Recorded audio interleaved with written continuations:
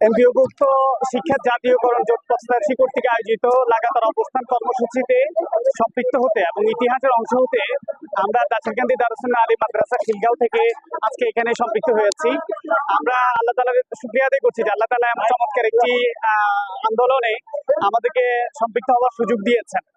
আমি প্রথমেই বলতে চাই আমার অভিব্যক্তি, সেটা হচ্ছে 24 গণ অভ্যুত্থানের পরবর্তী শিক্ষকদের উপরে শিক্ষকদের যৌক্তিক দাবির প্রেক্ষিতে যে আক্রমণ আমরা দেখেছি, পুলিশি আক্রমণ, এটা আমাদেরকে অনেক বেশি আশাহত করেছে।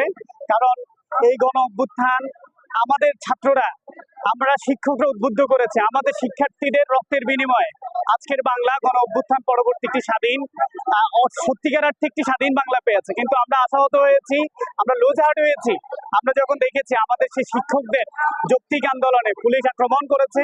আমরা আরো বেশি আশাহত হয়েছি, আমাদের এক শিক্ষককে পুলিশ থানাতে যেভাবে চপ্পাটাঘাত করেছে, থাপ্পড় করেছে, আমাদের হৃদয়ে রক্তক্ষরণ হয়েছে।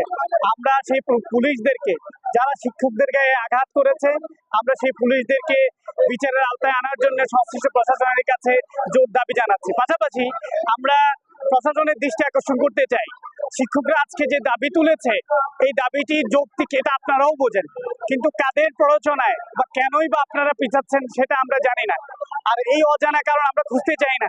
আমরা যেহেতু মাঠে নেমেছি, লাগাতার কর্মসূচি অবস্থান করেছি, রোদে আমরা পড়ছি, বৃষ্টিতে ভিজছি, আমরা যে দাবি, আমাদের জোট প্রত্যাশী সদস্য সচিব আমাদের যে দাবি তুলেছেন, শিক্ষকদের 20% বাড়ি ভাড়া বৃদ্ধি এবং 1500 টাকা মেডিকেল ভাতা এবং কর্মচারীদের 75% উৎসব ভাতা, সেই দাবি থেকে আমরা এক চুল পরিমাণও সরে আসবো না।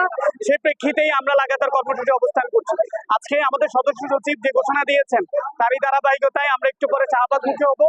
তার পূর্বে আমি জোরদার দাবি জানাতে চাই, যারা সংশ্লিষ্ট শিক্ষা সংশ্লিষ্ট আছেন, শিক্ষা উপদেষ্টা সহ, আপনাদের কাছে আমি এজ এ টিচার হিসেবে বিনীত অনুরোধ করব, আপনারা যত দ্রুত সম্ভব শিক্ষকদের এই দাবি মেনে শিক্ষকদেরকে আবার পাঠদানে ফিরে যাওয়ার এবং তাদের নিজ বাসস্থানে ফিরে স্বীয় প্রতিষ্ঠানে পাঠদানের সুযোগ করে দিবেন, এই প্রত্যাশা রাখে আজকে শেষ করছি। আসসালামু আলাইকুম রহমতুল্লাহ।